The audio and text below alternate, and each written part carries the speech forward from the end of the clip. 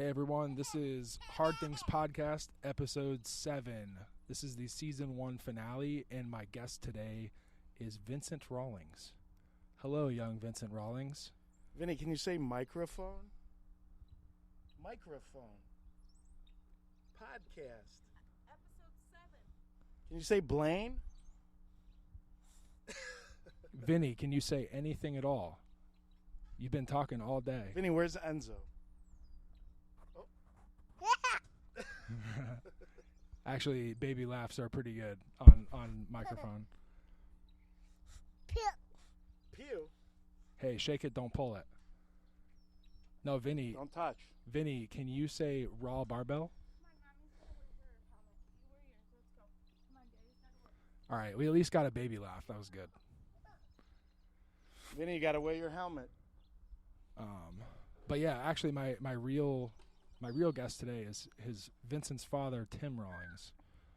A little background on Tim: he was the coach of Raww Barbell in Austin, Olympic weightlifting gym, among other things, personal training. He had been there for over a decade, right, in Austin?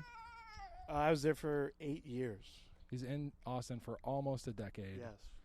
And built a successful business out of all kinds of different varying places and CrossFit gyms until he finally opened his own space, which is when I stumbled upon him on South Lamar in Austin, Texas. And I was at a point where I was working for Aleco. I was training at the facility, but I didn't have a gym or people to lift with. So great times, great find, and the rest is history. But welcome to the show, Tim. Thank you for having me in my own house. This is so right now we're sitting, there's going to be cover art for this episode, but we're sitting in the front yard. Tim's dog Enzo is staring at us through the window. The sun is setting in Chicago, Illinois. We found him in Austin. Yeah, he's an Austin at a boy. nail salon called Enzo's. That's where he got the name Enzo. He is a little chihuahua. It looks like he belongs in Texas. He gets a little cold. He's got a little heating pad for the cold Chicago winters. Yes, But this is quite a scene. So this weekend, I got to Austin yesterday. We trained hard. A lot of Tim's athletes now here in Chicago are training for Masters Nationals down in Baton Rouge, Louisiana next week.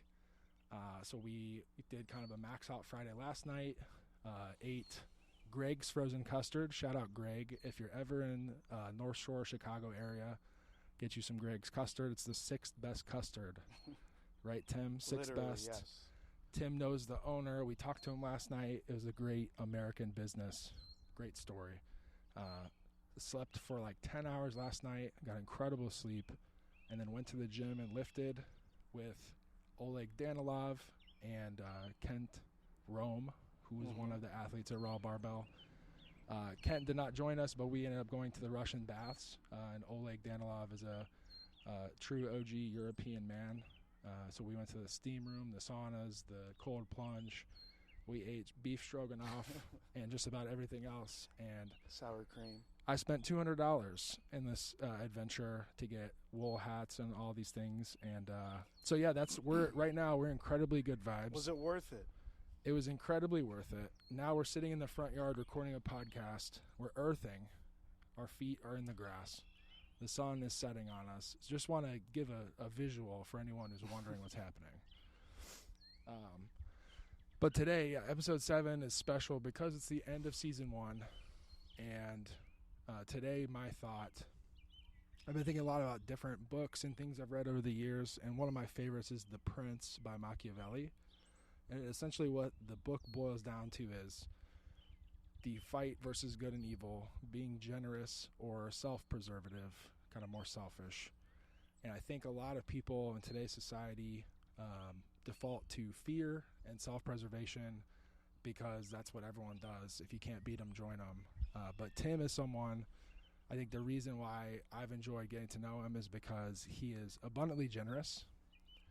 And this is the reason why I think that he was able to transplant his entire gym. He took all of his stuff from Austin, 8 years of training, collecting things, eventually having his own space. He had his son, Vinny, who was on the podcast earlier laughing. We like little kid laughter. and to be back with family. Him and his partner both, all their families live in Chicago, so they came back to Chicago. Now they have a great house next to all the parents. Everyone's involved, and I think probably the most difficult thing is just saying like, hey, this is my livelihood. Let me just unplug this from the wall and plug it back in the wall in a completely different state. Not an easy undertaking, and also not a guarantee that he'd be able to rebuild it. Mm-hmm. But again, I wanted to shout it out because now I've seen it. I've had the benefit of coming to Chicago about a year ago, I guess. Yeah, when I saw it when it first opened, Yep. and then now I've seen it a year later, and the vibe it's exactly the same as when I was in Austin after just a year. So again, that generosity, I think, goes a long way. So in terms of Tim, I'm talking a lot, but I want to make sure I kind of spelled out that whole. Yeah, thank you. Then I don't have to say it myself. Yeah, It's well, always better when somebody else says it. I want to give you your flowers, but then Yes. I also want to talk to you about this is a very uncommon thing. I think people are generous, but maybe generous and guarded, and you're probably one of the most unguarded people. It's something I try to do. I try to go through life, not lean into fear and all these things, and they say the best, not necessarily a mentor, but training partner or anyone is someone that's a couple years or months ahead of you.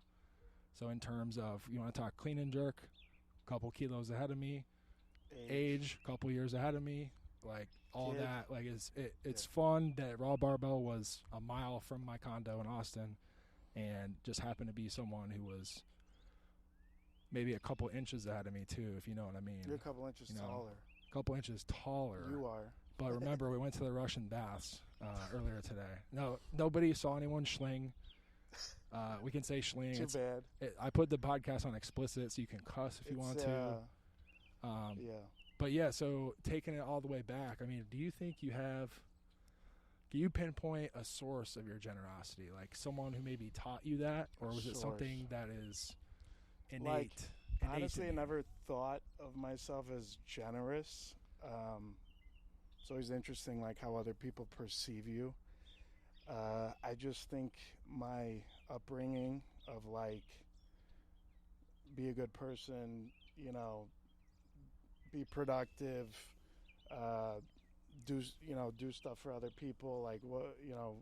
What are you doing? What are you doing for the world? Are you gonna be a lazy ass today or go do something? And I think naturally, when you're have that mentality of do it instead of just talking about it, I think naturally you just have to, be a good person, a generous person, a personable person, and you got to get along with a lot of different people. Now that you got my wheels spinning, I obviously grew up in the Chicago area, and I'm from a construction family, and so you grow up literally doing manual labor with guys much older than you who are actually at that stage in their life. It's their livelihood, putting food on the table, which for me it's just either helping out my family with a job. Obviously I wanted to make money too, but you're working with real union dudes and lots of diversity and just different backgrounds and immigrants and this and that, and you just, I don't know, I guess my perspective on just life and people is maybe different than most. I guess it goes back to your roots, how you grew up, and just work hard, do the right thing, be a good person. It's not about, what are you going to do for me? It's just do what you got to do in the world, and usually stuff will come back to you, but that's not the reason you're doing it. You're just trying to do the right thing in whatever situation it is. Thanks, Vinny. It's a there big he rock. is. Wait, can you say big rock? Give him the mic. Talk right into the tip Vinny. of the mic. So anyways, I don't know. It's it's one of those things you kind of called me generous. I'm I never even thought of myself as being generous. I'm just kind of let's get real. I grew up, whatever, Irish Catholic. So, it's do unto others as you want done to yourself, if that's the quote, something like that. Treat your neighbor right, pretty much, and just be a good person. And like, it's not that you're just a good person because you expect things in return. You just do it because it's the right thing to do, and just don't be a piece of shit. And then usually if you do that, I think people, they respect it. And then if they want to reciprocate, cool. If not, whatever. I'm going to keep doing my thing. So I don't know if that's what it is. I don't know. But that's kind of my upbringing, is just work hard, do the right thing, and it seems to be working out. Well, I think in our country, in America, like, it was built on blue-collar people of faith. That's kind of what I hear, is like, grew up Irish Catholic, union workers. Like, those values definitely go a long way. And I think sometimes, especially today, we think we got to have something new. And really, the formula has been laid out for us. And I think that is important to note. Don't think that there's something new out there we have to do. Like, the basics are the basics for a reason. Yeah, and I think that's part of it too. Like I'm gonna move past the generous thing. I appreciate that. Just accept it. No, for sure. But part of kind of like what you're saying is like the ability to reproduce what I had in Austin like so quick.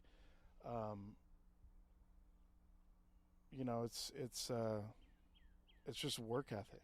Mm-hmm. And I think you combine that with a personality and actual knowledge and like professionalism and care too, I think. Which comes with all the things I'm saying. I feel like it all kind of just goes together. Like, you can't be personable but not care. You can't work hard but not care. Like, it all kind of meshes. Like, my dad taught me, if you're sweeping a broom, you like sweep like you're in the World Series. Like, he didn't say that exactly, but like, no, not like, oh fuck, I'm sweeping a broom, this sucks or whatever. Like, no, you do it to the best of your ability. And then when you do that, like, people notice and they're like, wow, look at this guy. And then it all adds up. It's just all part of it. Like, you're usually not going to find like a really hard worker who's like a total piece of shit, mm-hmm. And so I don't know.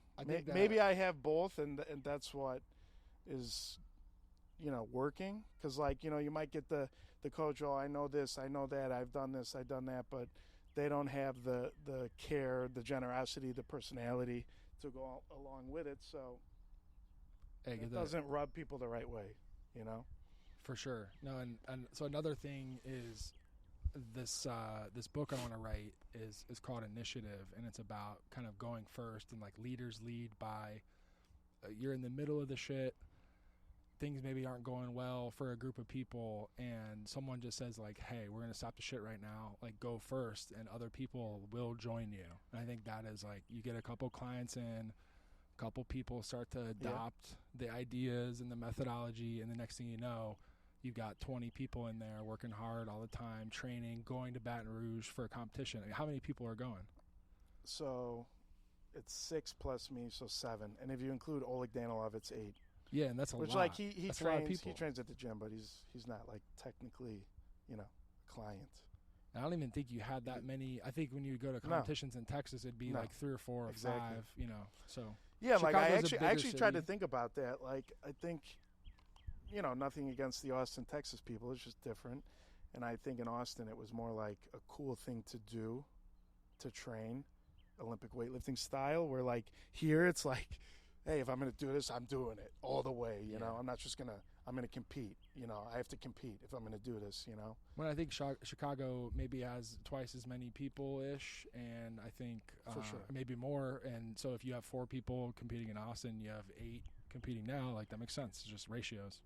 Well, I have less clients right now. So that's where I was like – well, that's kind of exciting. Literally every one of my clients except one but has competed already. Mm-hmm. It's crazy. We're in Austin. I mean, I had close to 30 people and like less than 5 competed. Right. And I was never the type to like push someone to compete. Like, it's something you got to want to do. It definitely on has to your come own. from inside. We talk about that. Yeah, because Yeah. it's next level. And then it's like, okay, you really want to compete? Okay, well, I'm going to be a little different coach with you. Right. You know, it's going to be a little more serious, and Well, there's get off your phone and shut your mouth and lift the weights. There's a couple different directions I think we could go with We the could go a lot of conversation now. directions. I have two specific directions. I think I'm going to turn it towards competition. So we had a conversation the other night, and many times, and this is no shade at anyone. If you're listening to this and you don't compete, this is not shade. It's more feedback, and especially in terms of something like weightlifting, where kind of the magic of the sport happens on the platform in competition, and being able to replicate your best effort from training and competition kind of is the point. Unless you're just genuinely, if you say, hey, I'm doing this for fun, that's great. Mm-hmm. But I think Olympic weightlifting, being an Olympic sport, the competitive aspect is the natural expression of the sport. I think you agree. So, like, your thoughts on, you know, it is one thing for fitness and strength, but also, like, the value of the competition to you. You're someone who's competed for, 15 or plus years? A little over 10 actual. Well, I think my first competition was like 2011. What year is it? So yeah, like 13 years. 13 years. Yeah. No. Oh yeah. Almost 15. I'm so bad with the time. I'm over here just guessing. Yeah, but dude, I mean, once again, you played high level football. I played high level baseball. So like, if you have a legit background in sports, then you get it. Like, if I'm a baseball player and I'm just gonna go hit soft toss and or batting practice, and the coach is just laying them in there perfectly just so I can work on my swing, and I'm hitting home runs and I'm so cool, and I post it on the internet. It's like, okay, you're practicing, you're training. Now, are you gonna call yourself a baseball player? My opinion, and really it's not even like an opinion, it's like fact. Like, you're not playing baseball. Like, to play baseball, there's 9 guys on the field playing defense, whatever, and then there's a hitter, and the pitcher's trying to get you out. I mean, it's different. It's different. And it's like weightlifting is the same. Like, some of these people, once again,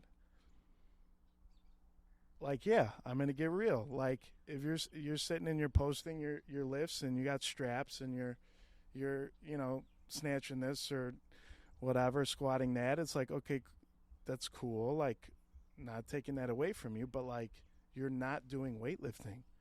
You're not competing. If you look up the definition of weightlifting, it's like 3 attempts at snatch, 3 attempts at clean and jerk. You put a total. You have 3 judges. You step on the platform. You weigh in. Like, that's weightlifting. Otherwise, you're just training. Got to risk it for the biscuit. Put it on the line. Yeah, like, show some balls and go step on the platform and do it. And like, and I'm not the only one that's going to say that. Why do you think? Look at these other legit teams, countries, whatever. Like, they're not just going to do it in training because the other real guys are going to say it's bullshit. Come do it in the competition. Come compete against us. You're doing in training when your perfect song is on and your perfect day to choose when you're ready for snatch, you're max out and blah, blah, blah. And, you maybe tried 5 times before you made it. And it's like, it's bullshit. Go do on the competition. If you want to really say you're a weightlifter. And like you said, if you're just doing it for fun and for training, like, that's fine. But, don't. I think there's. That's the thing. We live in the world with the online, and it's like, I'm so cool. I'm doing online. It's like, go do it the competition. There's an aspect of posting online to a point where it's kind of like you would compete, and there's people I think that are great at weightlifting that should compete, and I would love to see it myself. I think that's the thing where I want to, like, again, going first, I want to, like, invite people to compete. Like, it's something I want to see. Like, I want the best competition has made me, I snatch 140, someone snatches 145, it makes me mad, and then I snatch 150. Like that, like that. For me, that's like iron sharpens iron to the max. And you're missing out on that if you never go test yourself against the competition. Like, I bombed out, and I've also, my PRs have been done. I did my PR 153 snatch at the AO finals in December a couple years ago, and then a month later, I did my best clean and jerk at Texas State Championship and won Texas State champion. Mm-hmm. And that to me was so gratifying. Like, that's such a great thing to risk something Yeah, like if for. you just did it in training. Yeah, I would feel like shit. It's cool. Yeah. I'm not, like I said, cool. You did 153 in training. Cool. But I think my best in training was at Raww. It's real to do on the competition. My best in training was at Raww, 151 kilos, and it was a great training day. But yeah, I don't care. Like, but then you actually did more in the competition. If I never beat that, I wouldn't care. Oh, you did, right? Yeah, yeah, you just said, I did 153. Yeah. But the fact that I think it is like the payoff. Like, do you want it easy? Or do you want it, like, kind of have to work for it? It's fear. It is fear. No, mostly. And that I mean, goes if you get to a legit person doing legit stuff in training and they don't compete, it's fear. Or it's fear, or they're doing something else that they're also afraid of getting well, I think it's tested. It's a derivative of fear, whatever it is. And that ultimately, like, I just want to, like, if you're listening to this and you're, like, triggered and you're, like. That's fine. Well, like, that's fine. But also, like, I'm inviting you personally to go compete. Like, do it. You need to do. Like, you should do this just for yourself. Yeah, just we used to because talk it's shit. fun. We used to talk shit in baseball. Like, the guy's All-American BP. If you don't know baseball, it's batting practice. You're like Mr. All-Star in batting practice, and then you get in the game and you suck. What's the difference? Mentality, lying to yourself, maybe not facing enough live pitching, just whatever. I'm just making an analogy. Like, I'm so cool in training, and okay, let's see how you do in the competition, And once again, I don't care if you don't want to compete, but, like, don't try to say you're, like, this weightlifter, like, professional, whatever. Like, you're not doing the sport technically. You're just training. Yeah. You're technically not doing the sport if you don't compete. I think posting a bunch kind of tells me that you want to compete, and then I get confused, and I'm like, well, hey, you should come compete with us. Like, maybe not against me specifically, but, like, whatever. Right. And that's a thing. But so I think that goes back to, like, the generosity versus self-preservation, the fear, self-preservation. Generosity means giving your gifts to the world, and your gift could be a cool PR and a platform that someone enjoyed watching at a meet. Like, as simple as that. Like, you break it down to the simplest thing. You're not even doing it for yourself. You're doing it maybe for your coach, for your teammates, whatever. Like, I think that is, not maybe financially profitable, but it's like, from a term of community and all that. Like, I think it just, people admire what you've done in the past, and then they join your gym, and then they feel the quality, and they stay. Yeah, and, like, maybe I don't compete forever, and I still do the lifts here and there, whatever. But I have the track record of, like, competing or, like, whoever. I'm not making it all about me. I'm just saying in general, like, yeah, put your balls out there and go compete while you can. While you can, it's huge. Because time flies, and all of a sudden, like, this for the people that are thinking about competing, and they're nervous, which is fine. I'm not trying to talk shit. I'm trying to maybe motivate you, like, look in the mirror and go fucking lift on the platform, sign up for a local meet, whatever, anything. And you're going to be nervous. It's normal. And like, I played baseball my whole life, and I still got nervous for every game. And it's normal. It's part of it. And it heightens your focus, and you learn to control it, and blah, blah, blah. But what's my point? My point is time flies, dude, and then you don't want to look back and, like, man, I was training so good, I shoulda, woulda, coulda competed, and then you didn't. And now it's like life gets in the way, and now you got kids, and it's like your training's not as consistent, and maybe a little bothering, nagging injuries, and blah, blah, blah. And, like, you missed your window to, like, compete. And it's like you technically never did weightlifting, assuming you never did a competition. Mm-hmm. You just trained. Weightlifting style, right? It's that's a good style. I mean, it's very effective, but also for sure. I'll tell you, competition is gratifying. So yes, we got, and even if it goes wrong, that's the thing. It's gone very wrong for me because it's very easy to lie to yourself in training, and then you go compete and you say, "Oh yeah, when I take these straps away, or when I, whatever, like, have to do clean and jerk or snatch and clean and jerk in the same day, and blah blah blah, like." I didn't do so hot. Okay, why didn't I do so hot? And then it actually will make you better. So it's like it's a win-win whether you suck or not at the competition. So speaking of it going wrong, so I've bombed a bunch. I bombed at nationals like twice. I bombed at the Arnold once. Like, and clean and jerk is the reason I think I like training with you is because you're good at the clean and jerk, and like I'm good at the snatch. We kind of complement each other. Sure. If we could just fuse our bodies, we would be like great. But I'll say too, all the bombing out is one thing. But a couple years ago, I cut to 109. I made weight, and I did a decent total. Like I matched, I did 310 total at 109, but I was cramping and from the water cut, and I did it all wrong. And this year I tried to cut again, and I missed weight by 1 pound. I was 1 pound over 109, but I was trying to lose, a lot of weight, like a massive amount of weight, Herculean amount of weight to do that. And so Tim came down from Chicago to coach another athlete too. He only had me and one other person. Shout out Betsy from Austin. She was a member of Raww when I first joined, and so he coached her, and it was a good thing. But in reality, he could have flew home Saturday, flew home Sunday, whatever, and had an extra day at home with his, with Maddie and Vinny, and then so I go and I don't make weight.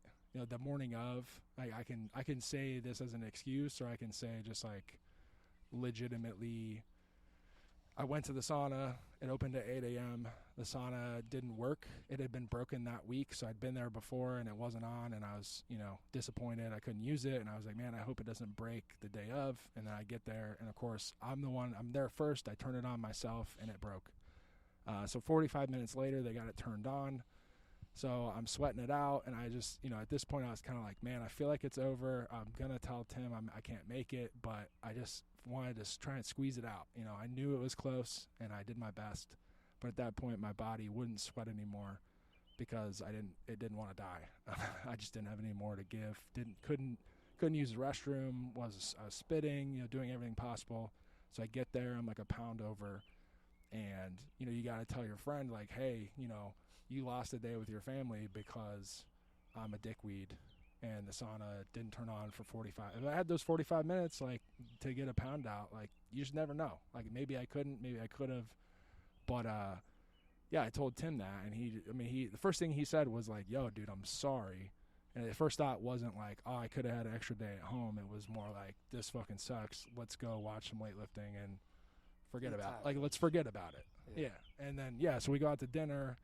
He meets one of my other friends. It was a good day overall, even though a shitty thing happened. It's always turn a negative to a positive, with everything. That's huge. Because dwelling on it doesn't help. Learn from it. But that's the thing too. You're still out here, and you're still going. And like, it sounds cliche, but like, Michael Jordan missed more buzzer beaters than he made. Like, you know what I mean? So like, if you don't try, you never know.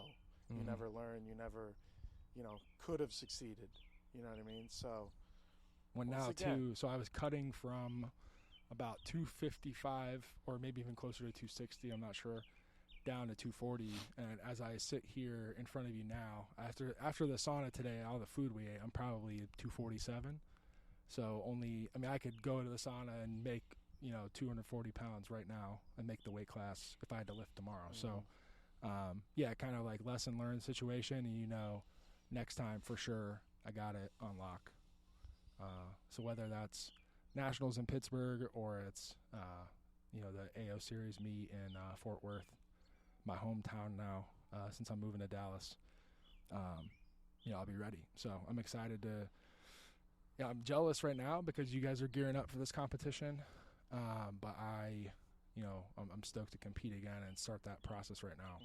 But yeah, I just want to say, like, thank you for coming to Arnold. I hope I appreciate it, and that's why I'm going to Baton Rouge to kind of help, help out with the team Raww there on the weekend, Saturday and Sunday. Yeah, and that goes back to the beginning where I was rambling. Like, I didn't think I'm gonna go help Blaine at the Arnold so then he can do this for me in the future. It's just like, we've got a lot of history and obviously friends and training partners, and like, yeah, of course I'll come. And then it didn't go. It's fine. Like I said, don't dwell on it. turn it into a positive. We had a good day, made some connections. We saw Arnold, tried some pre-workouts and had some tacos, and it's all good. Arnold gave the prior president of USA Weightlifting a pretty long hug. That was pretty entertaining to see, actually. Or did she give him the hug? I think it was mutual, to be honest. Okay. Arnold's kind of a ladies' man, a little bit of a dog. But yeah, that was fun. But yeah, I want to make sure I said that, and then I want to bring it back, kind of the last little bit here. So speaking of risking something, I think kind of one of the definitions of being a man, if you talk about a one sentence version, is like risk something for something valuable, like putting yourself out there. So competition is one way, but I think two, what I've seen since I've been back in Chicago, I didn't stay this time because I was only here for one night, but last time you guys opened up your guest room to me, I stayed for a couple days, and your house, so we're sitting in the front yard right now in the sun, but this dude has a massive backyard. The house is incredible. It's right, like... Oh, shit, don't make me sound so rich. No, but it's like two streets over from his parents, so his parents get to see, Vinny a lot and beat grandpa and grandma, and Maddie's parents live in the area too, so, like, in terms of, like, I think when you first were moving away, I was like, damn, dude, like, we had a good thing going, but now I come to Chicago and I see what you traded it for, and it's like... Dude, like, took a risk and it worked out for him, and like that's what you want to see from him. Like a real man will take a risk for something that's worth it, and then also just like use his will to like make it happen. Yes. So I think talk about that a little bit, just like knowing what you kind of had this in your brain, like you willed this into existence. So talk about that like process or actually, once again, I forget like how many times I've risked it, to go to even Austin. You know what I mean? Like I straight up moved down there just to train with a specific coach, not knowing how I was going to make money, what I was going to do. I was working 5 different jobs, and once again, just the hard work, and you build a reputation, and like just to me, I'm just normal. Like I'm just being normal, and then like people, I guess, like it, whatever. Well, being consistent at it too. Yeah. Like you said, the track record, I think people admire it. So I think it is normal, but like even though it's normal, people have trouble being consistent with it. Yeah, for sure. Like it's I guess just repetition of my life and like doing really hard shit my whole life. Whether it was just, my first job was stocking the shelves at a liquor store. Not that that's like so hard, but like, like how many 15-year-olds do you know that even have a job right now? And then my next job was, manual labor, literally, a laborer. And then I got into the union, whatever. And then baseball, obviously the amount of hard work for baseball. The point is, people, I think, here's the point I'm trying to make that I don't even know how to say it, because like I said, you kind of bring up this stuff and I'm like, don't even think this way. But I think they're like drawn to it because they're like, man, that guy works hard. He doesn't complain. He, he's a strong dude. Like he's happy, and like you're training your mind for that stuff. Like it doesn't happen on accident. Yes, I have bad days. Yes, I'm pissed off. Yes, I don't want to get up sometimes. Like it's normal, and you have to like train your brain to like snap out of it. So it's like I said, you got to be at the job site downtown at 6 a.m. and you wake up and it's negative 30 and your fucking car is pure ice. Think of just like what it takes just to like get out the door and get to the job. Then you got to work your balls off all day, and because if you're too slow, they're going to kick you off the job because there's 20 other guys waiting to take your spot. And baseball is the same thing. Any sport, you got to work hard. If you're not doing well, you're not performing. Like there's a guy who wants to take your spot. Talk about Penlay for a second. So the Penlay thing too is cool. For people who don't know, Glenn Penlay, he opened like a kind of a rogue fitness-esque business before he passed. He was involved in the start at Cal Strength, and he moved across the country to North Carolina, and he basically was paying athletes to do Olympic weightlifting with the profits of his business. And Tim was one of kind of the OG You see, I people. forgot. I forget that I even did that because I'm always just like, you know, that's the thing too. A lot of people are like, oh, I did this, I did that. It's like, okay, what are you doing right now? Yeah. You know what I mean? Yeah, you Like, can't live on. I for a long keep time. fucking going. For a long time, I think I was like, yeah, I played football at Harvard. Like, look how Like, cool I am. that's awesome. But like it was take away from it was 10 years ago. Yeah, and it's like not to take away from it. It's part of who you are and help build you to this and whatever. But like, you know, then it's just the point. Like, I'm so focused on what I'm doing now. Like, I forgot. I like forget that even happened. And you want to know how it happened? Hard work and just fucking relentless, or relentless, whatever you want to call it. Relentless, like willpower. I remember, like, this when 400 pounds, 182 kilos clean was like a big deal. And I was like up and coming, and people in the Chicago area, they know Sayre Park, and there's like all the old timers, and they're like, oh, you could be good, you could do this, you could be, you know. So that pumped me up too, and I was just like obsessed with cleaning 400 pounds. I'm like, I'm going to just do it. And I don't know, maybe like a year and a half after starting weightlifting, I mean, I was like just doing cleans every day, like, okay, what can I, whatever. Just the willpower to do it. And I did it, and Pendley saw on Facebook and messaged me and like recruited me. And like, once again, like, people notice and people are drawn to that. People are drawn to strength is really what I'm trying to say. And not just physical strength, just strength. Well, it takes strength to take a risk. Strength, mental Courage. strength, Yeah. yes. And like, you know, especially nowadays, that's a big thing, like, you know, mental health. And like, I tell people, it's no different than the physical health. If you don't work on it, it gets weak. And, you know, if I sit on the couch and eat Cheetos and play video games, my physical health will suffer. So, like, same thing goes with the mental health, strength, whatever. If you're not doing anything to strengthen that, and you're running away from everything, like back to you're talking about fear, you know, like, take it head on, like, feel the fear and do it anyways. That's and what like, courage yeah, is. sometimes you might fuck it up and fail and whatever, but it's gonna make you stronger, literally. Like, it's so cliche, but like, I always say these cliches are cliches for a reason, because they're true. Like, these cliches that people say for like year after year after year, like, it's annoying, but like, they're a cliche for a reason, like, because they're true. And if you don't risk it, if you get a little fear and then you don't do it, and, you know, then what? Then you're fucking 50 years old, and what'd you do with your life? You know?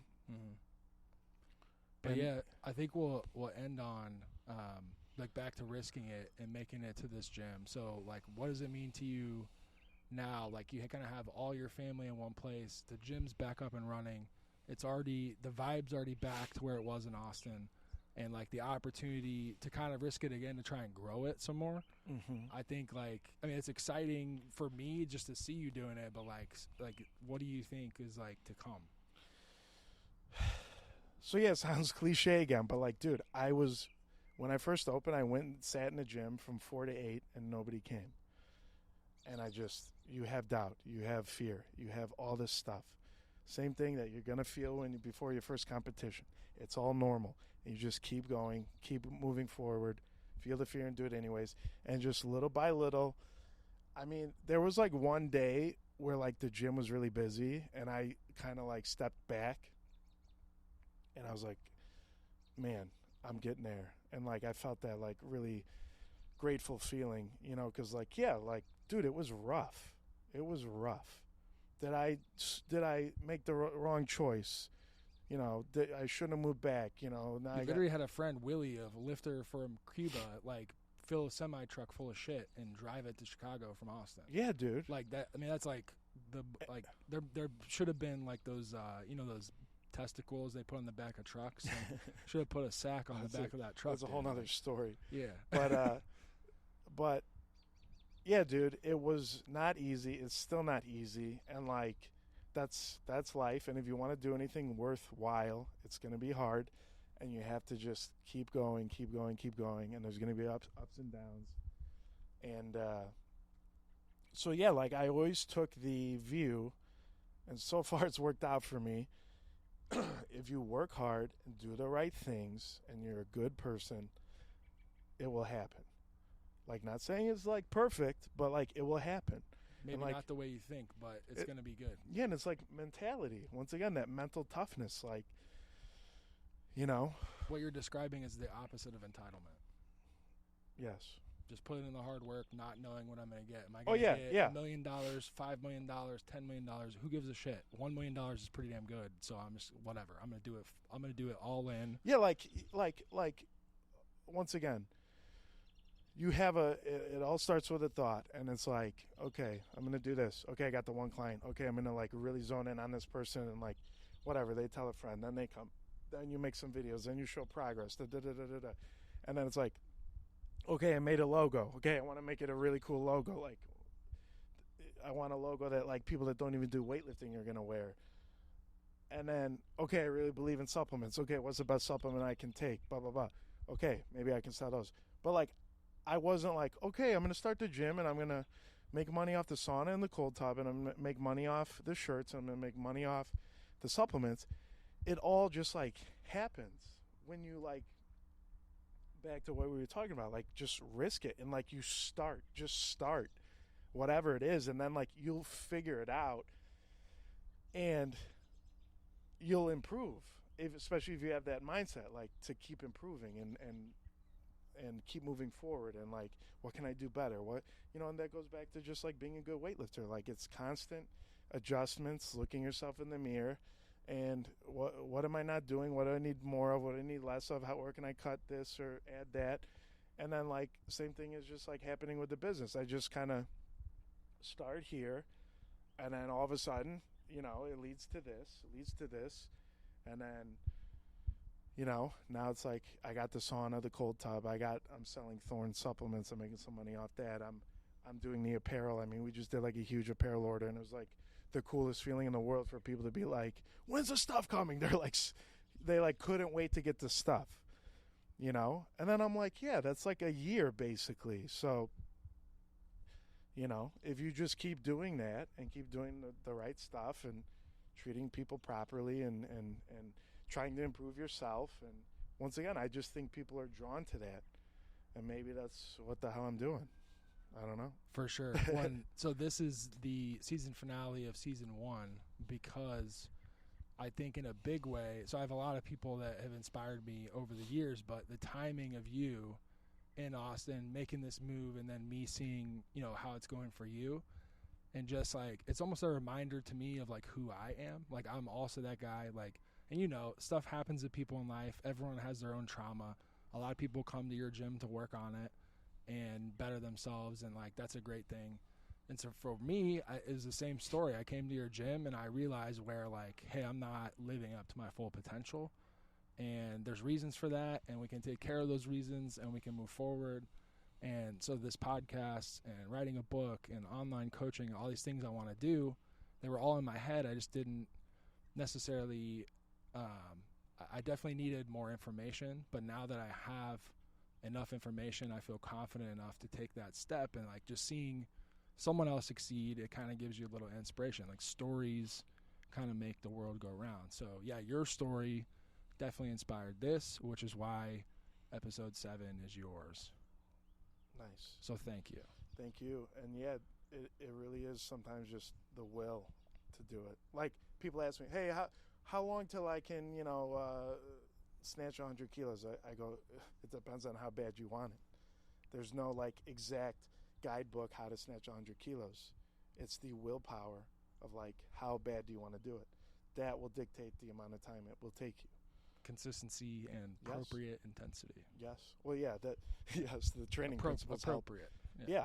But once again, like, as you would agree, I know for sure, and a lot of other people, like, you know, you get the guy that you could give the guy the perfect, well thought out scientific program, blah blah blah, but then you just get the motherfucker who just works and just has that like relentless attitude, like, I'm doing this, dude, and nothing's gonna stop me. That will a lot of times overtake the perfect program or the perfect, you know, scenario. For sure. Well, I'm excited to go to Baton Rouge next week. Literally a week from today, I'm going to get there. We're going to probably get dinner, sleep for 10 hours, and get up Sunday, and you and Kent competing and a couple other people. Michelle, yeah. on Sunday. It's gonna be a lot of fun, so I'm excited for that. Another thing to tease that I had the idea today, in the future, if this is something, if you're listening to this, you enjoyed this conversation, and you maybe want to do this in person live, something that I want to do while I'm in chiropractic school. Every 4 months I get 2 weeks off, so I want to come to Chicago and potentially put together a kind of a seminar type deal. So we lift weights at Raww Barbell, we go to the Russian sauna, and kind of have an experience, a hot and cold tub, just like the food, the beer, like, you know, this today was just such a good vibe. Like, if people out there kind of want that environment, either for a weekend or a week, let me know. I want to put this together, figure out the best way to have people enjoy what we enjoy. So, and Tim, I mean, any last words that you want to leave people with? Yeah, I'll try not to talk too much, but I don't do many of these. You know why? Because I'm in the trenches actually coaching and fucking lifting. And, you know, people sometimes, oh, you should do this, you should do that. And I'm like, I try to post on social media as much as possible, but I'm doing it. And I'm not saying I'm so cool, but the point, like you said, if you never heard of me or whatever, yeah, maybe I don't have 5 million followers, but like I've been around the block, and obviously that's why you're here. And if you are like a newer weightlifter or whatever, and you want to see really what it takes, you know, yeah, like come out here and do a little Raww Barbell mini camp or wherever the hell you're from. Just, we're very close to O'Hare, and we got hotels all over the place, and you know, like everybody needs to learn from somebody. And so like you said, if you enjoyed this or if you're curious, and you know, we have a lot to offer. And it's on Instagram, it's Raww Barbell, 2 W's for the gym, and then Rawlings with, is it 3 W's? No, just two. Two, like your personal though. My personal's it's 2. It's just 2. Yeah, okay. yeah. To me, it looks like 9. So I don't know. Luckily, I already. I made the joke that people are gonna steal my gym and just add more W's. Yeah, like, I'm Raww Barbell with 3 W's. Yeah, we're gonna have to just create a bunch of fandom accounts and take those. But yeah, no, the last thing, and like I said, I wasn't gonna talk too much, but that's the point of a podcast. This is the most Tim Rawlings thing on earth, and I love this. Like, if you want to just talk for an hour, it's cool. But yeah, you could always just turn me off, guys. Turn us off. Season finale calls for a little bit longer episode, so let it rip. Oh, but like, once again, like, people, they see social media now, they see this, they see that. Why they think, you know, why can't I do that? I'm doing this, I'm doing that, I'm following online training, blah blah blah blah blah. Like, until you get with a real person, you will not understand what it takes. Meaning, like what we did today, we got our asses out of bed, we went and trained, we went to the sauna, we ate good quality food, we're outside, you know, bare feet on the ground, sunlight. That's weightlifting. It's not just, oh, what's the program? I need the program. It's a combination of all of it. Mostly everybody can train. It's all the other shit that they're missing. And a lot of that is mentality, you know? And like, yeah, that can be taught. Like, you step in the gym, put your phone in the bag. You have the workout, what do you need your phone? Unless you're like waiting for an emergency call. But like, put the phone away. If you can't do that, I can't help you. It's that simple. It's like Mr. Miyagi. Like, if you ever watch Karate Kid, and if you didn't, you better go watch it. He's sitting there, you know, waxing the cars. He's sanding the fence, blah, blah, blah, for like weeks. And he gets pissed off, when am I going to learn karate? And he's like, how the hell am I going to teach you karate if you can't do the basics? And it's like same thing in weightlifting. Like, a lot of these people, like, they can't even consistently train. They can't consistently put their phone away. They can't consistently eat enough food. They can't go to bed. They can't use a sauna. They don't do the stretching. They don't listen to the coach. They blah, blah, blah. It's like, go down the list. And it's like, until you can do that shit, don't cry to me about your results. Like, that's it. And like a lot of people are missing all those pieces. And that's that's back to what we were talking about. Like, come out here, see it for yourself, and even if it's not a seminar, drop in and go to the Russian sauna, dude. It's honestly, it's a fucking vibe. But also too, just it's the mentality. Like, once again, I understand if you want to just do it for fun and this and that, but if you have specific goals and results, and all you do is talk, you're not focused, you're not eating enough, you're staring at Instagram all night, you're not, just like go down the list. Like, then I can't help you. Like, that's like I said, more important than the training, because most people can train. That's what, an hour and a half, maybe 2 at most. I think this. And how many days are left in too. Yeah, and how many hours are left in the day? And once again, it's cliche. If you've been around the block and heard podcasts and whatever, you're going to hear the same shit. But it's true. It's true. Why do you think these professional guys, they go to these training camps like in the fucking mountains, and they're in the dorm room, and the most thing they can do is play ping pong? They're not fucking sitting on TikTok and going out and drinking and this and that. And it's like, yeah, live your life too. But like, if you want to be serious and you want to do big results and you want to go to the competition, blah, blah, blah, you have to follow these rules, mentality. And like, I always found like people that don't have their shit together, if they start weightlifting and they're kind of serious, it actually will improve their life, because now all these extra habits that they have to do to make themselves better at weightlifting are also going to make them mentally stronger and tougher for their life too. For sure. It kind of, as everybody says, weightlifting is and most sports are like a microcosm of life. Is that the word? Microcosm. Yeah. Yeah. I love the fact that I got you going. I want to make sure like, we just talked about the importance of family and being here. So like, I want you to know, like, whenever you need to go inside and be, we got to eat daddy soon. and eat, you could do that. But no, man, I appreciate you. I think you said a lot of the stuff that we've been talking about that you want to get out there, and it won't be the only episode. Honestly, we can film an episode in Baton Rouge too, which I think would be cool. Maybe like a recap with Kent or something, like whoever is still around on Sunday. Right, for sure. Michelle, and something like that to that effect. But I was Any other questions? No, that was please let me go. That was everything. So I'll let you go. But the last thing I'm going to say is, because we're in Chicago, and one of my favorite shows is The Bear. Really? Is what his brother said in a note. Love you, dude. Let it rip. Nice. That's for next week. So thank you. Yeah, I'm excited to go let it rip. Until next time, season 1's a fucking wrap. See you later. Bye.